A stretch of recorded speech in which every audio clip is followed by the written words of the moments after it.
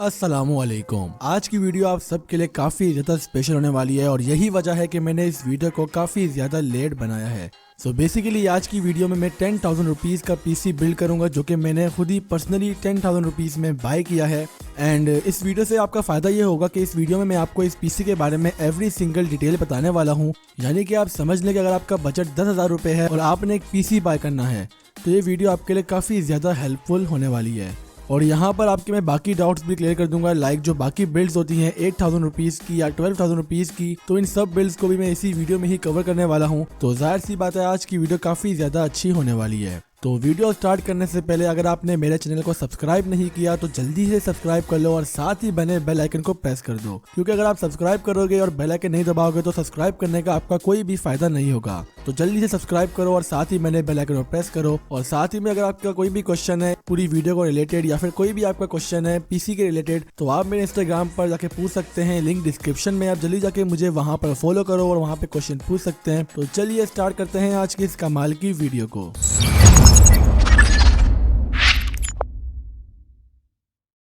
तो यहाँ पर मैं आपको एक सबसे पहले एक चीज़ एक्सप्लेन कर दूं।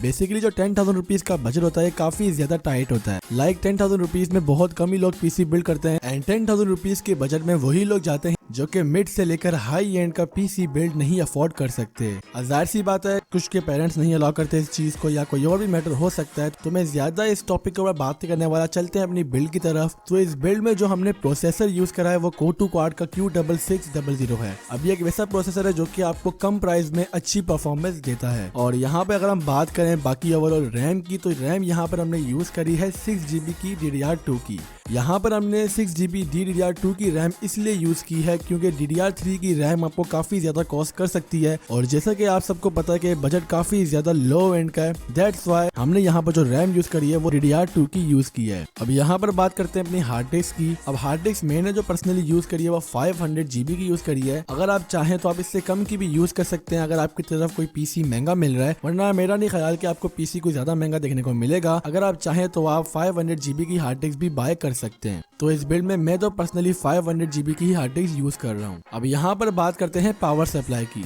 अब जो पावर सप्लाई मैंने यूज किया है वो 365 वॉट की है, यानी कि हम कह सकते हैं कि 350 वॉट की पावर सप्लाई है। एंड मैंने पावर सप्लाई इसी वजह से कम रखी है क्योंकि अगर हम ज्यादा पावर सप्लाई की तरफ जाएंगे तो हमारा बजट काफी ज्यादा बढ़ सकता है। तो मेरा नहीं ख्याल कि आपको कोई हैवी पावर सप्लाई लेने की जरूरत है। अगर आपका बजट कम है तो आप एक कम वोल्टेज की पावर सप्लाई को भी यूज कर सकते हैं। तो ये था पूरा पीसी बिल्ड जिसको हमने अभी ग्राफिक्स कार्ड को इंक्लूड नहीं किया है। तो इस पीसी के प्राइस जो मुझे पड़े हैं वो 6,500 रुपीज़ पड़े हैं क्योंकि मैंने पीसी अपने एक फ्रेंड से बाय किया था। अगर आप लोग मार्केट में जाके भी इस पीसी को बाय करते हैं तो मेरा नहीं ख्याल कि आपको 7,000 से ऊपर का देखने को मिलेगा, क्योंकि जो हमने इसमें कंपोनेंट्स वगैरह यूज किए हैं वो काफी ज्यादा बेसिक से हैं और मेरा नहीं ख्याल कि रॉकेट साइंस यहाँ पर लगी है कि उसके प्राइस काफी ज्यादा इंक्रीज हो। तो ये आपको पीसी ऑलमोस्ट 7,000 रुपीज तक का देखने को मिल जाएगा। अब यहाँ पर बात करते हैं ग्राफिक्स कार्ड की। इन माई केस ग्राफिक्स कार्ड मैंने जाकर एक लोकल शॉप से बाय किया था। कोई मार्केट नहीं थी लेकिन एक शॉप थी लोकल, वहां से मैंने ग्राफिक कार्ड जो बाय करा वो क्वाड्रो का K620 था। अब इस ग्राफिक कार्ड की खास बात यह कि ग्राफिक कार्ड मुझे 2GB DDR3 वर्जन में देखने को मिला है। मैं यहाँ पर दोबारा क्लियर आउट कर लेता हूँ कि ग्राफिक कार्ड DDR3 का है। अब इतने टाइट बजट में जाहिर सी बात है आपको DDR3 का ही ग्राफिक्स कार्ड देखने को मिलेगा, क्योंकि जो हमें यहाँ पर बजट देखने को मिलता है अपने ग्राफिक्स कार्ड का वो खाली 3,000 से लेकर 3,500 के दरमियान है। तो यही एक वजह है कि मैंने इस ग्राफिक्स कार्ड को चूज किया है। लिटरली ये ग्राफिक्स कार्ड काफी ज्यादा अच्छा है अपने प्राइस के रिलेटेड। अब ग्राफिक्स कार्ड की जो OLX पर प्राइस है इस वक्त वो 5,000 तक है, लेकिन मैंने इस ग्राफिक्स कार्ड को 3,500 में बाय किया अपनी लोकल शॉप से। और अगर बात करें इस ग्राफिक्स कार्ड के परफॉर्मेंस की तो ग्राफिक्स कार्ड लिटरली काफी ज्यादा अच्छा है। तो यहाँ पर मुझे तो K620 मिल गया है 3,500 की रेंज में। अब सवाल ये उठता है कि जाहिर सी बात है आप कराची भर में K620 ग्राफिक्स कार्ड नहीं देखने को मिलेंगे, तो आप इसके अलावा कौन सा ग्राफिक्स कार्ड पेयर कर सकते हैं। तो मैं आपको ये सजेस्ट करूंगा कि आपको कोई भी ग्राफिक्स कार्ड मिल सकता है, लाइक 1GB DDR3 का क्वाड्रो 600 हम कह सकते हैं यहाँ पे आपको देखने को मिल सकता है, या फिर आप कोई और ग्राफिक कार्ड बाय कर सकते हैं। और मैं आपको एक चीज बता दूं कि आप कोशिश करें इतने टाइट बजट में मार्केट की तरफ ना जाएं। अगर आपने मार्केट से खाली पीसी बाय करना है तो आप सिर्फ पीसी ही बाय करें, ग्राफिक्स कार्ड मार्केट से ना बाय करें। क्योंकि रिसेंटली मैं इस बिल्ड के लिए जो मार्केट गया था ग्राफिक्स कार्ड चूज करने के लिए, तो मुझे वहाँ पर DDR3 के ग्राफिक कार्ड 1GB वाले 5,000 तक के भी देखने को मिल रहे थे। तो जैसा कि आपको पता है कि डिमांड काफी ज्यादा बढ़ गई है और जो सामान है वो काफी कम है, इसी वजह से मार्केट्स पर खास तौर पर ग्राफिक्स कार्ड की प्राइसेस काफी ज्यादा इंक्रीज हो गई हैं।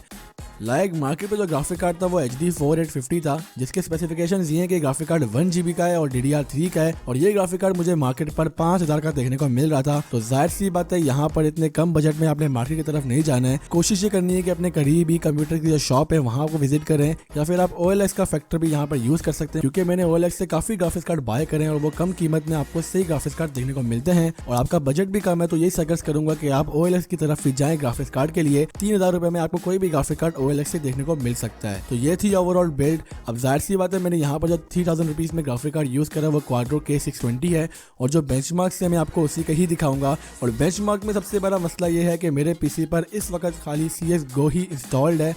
तो जब मैंने CSGO को अपने पीसी में रन किया 1440 मल्टीप्लाई बाय 900 की रेजोल्यूशन में, तो ये CSGO में मुझे काफ़ी ज़्यादा अच्छी परफॉर्मेंस देखने को मिली। लाइक मुझे 60 FPS देखने को मिल रहे थे, हाईएस्ट FPS 70 तक भी जा रहे थे, लेकिन जो एवरेज FPS थे वो 60 तक ही थे, और गेम में कोई भी लैग वगैरह नहीं था, और सेटिंग यहाँ पर थी मीडियम।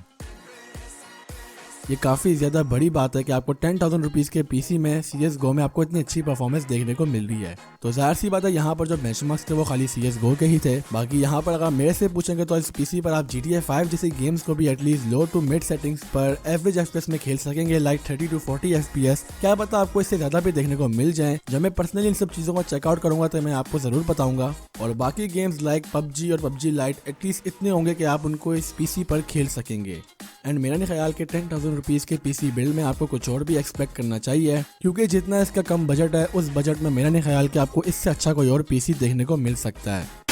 अब यहाँ पर मुझे काफ़ी लोग कहेंगे कि उनका बजट अगर 8,000 रुपीज़ का है तो उनको कौन से स्पेक्स की तरफ जाना चाहिए। आप यहाँ पर सेम स्पेक्स यूज़ कर सकते हैं, खाली जो रैम है वो यहाँ पर आप 4GB लगा सकते हैं। हार्ड डिस्क अपनी कम करके एटलीस्ट कोई 2000 का ग्राफिक्स कार्ड बाय कर सकते हैं OLX से, लाइक 9800 GT, जो कि आपको नॉर्मल परफॉर्मेंस दे देगा, लेकिन उसके लिए आपको 6 पिन कनेक्टर की भी जरूरत पड़ेगी और एक हैवी पावर सप्लाई की भी जरूरत पड़ेगी, लाइक 400 वाट की। तो आप थोड़ा कंप्रोमाइज़ कर इसी स्पेक्स की तरफ जा सकते हैं, या फिर आप कोई और ग्राफिक कार्ड बाय कर सकते हैं, कोई भी 1GB GDDR3 का, लाइक GT 310 या 210 DDR3 वाले वर्जन की मैं बात कर रहा हूँ। तो ये होगा कि एटलीस्ट आप अपने पीसी को यूज़ कर सकेंगे, and for low and gaming at least आपको सही परफॉर्मेंस दे ही देगा। और यहाँ पर अगर आपका बजट 12,000 की तरफ जाता है तो आप ग्राफिक्स कार्ड में जाहिर सी बात है 1GB GDDR5 वाले ग्राफिक्स कार्ड की तरफ जा सकते हैं, लाइक GTX 650 या फिर GTX 450। मार्केट पर इन ग्राफिक्स कार्ड की प्राइस तो भाई काफ़ी ज़्यादा हाई है। या आपको यही सजेस्ट करूँगा कि आप OLX से ग्राफिक्स कार्ड को बाय करें। एंड OLX से बाय करने का तरीका हमेशा ये होता है कि भाई जब भी आप ग्राफिक कार्ड बाय करो, आप सबसे पहले उसकी कंडीशन चेक करो, देन उसका टेम्परेचर चेक करो कि आपको परफॉर्मेंस के बाद किस तरह का टेम्परेचर देखने को मिल रहा है। देन मेरा नहीं ख्याल कि आपको कोई मसला होगा ग्राफिक कार्ड के साथ। तो बस आज के लिए इतना ही। ये थी मेरी डेल वीडियो, और मैंने इसीलिए टाइम लिया इस वीडियो को ज़्यादा बनाने के लिए। वीडियो बनाने में आपके भाई की काफ़ी ज़्यादा मेहनत लगी है, तो जल्दी से वीडियो को लाइक करो, चैनल पे नए हो तो चैनल को सब्सक्राइब करो, और साथ ही बने बेल आइकन को प्रेस करो। इंस्टाग्राम का लिंक डिस्क्रिप्शन में, अगर वहाँ पर फॉलो नहीं किया तो जल्दी से जाओ भाई को फॉलो करो। तो मैं हाजिर हूँगा अपनी अगली वीडियो के साथ, तब तक के लिए अपना बहुत ज़्यादा ख्याल रखिएगा। अल्लाह हाफिज़, पीस आउट।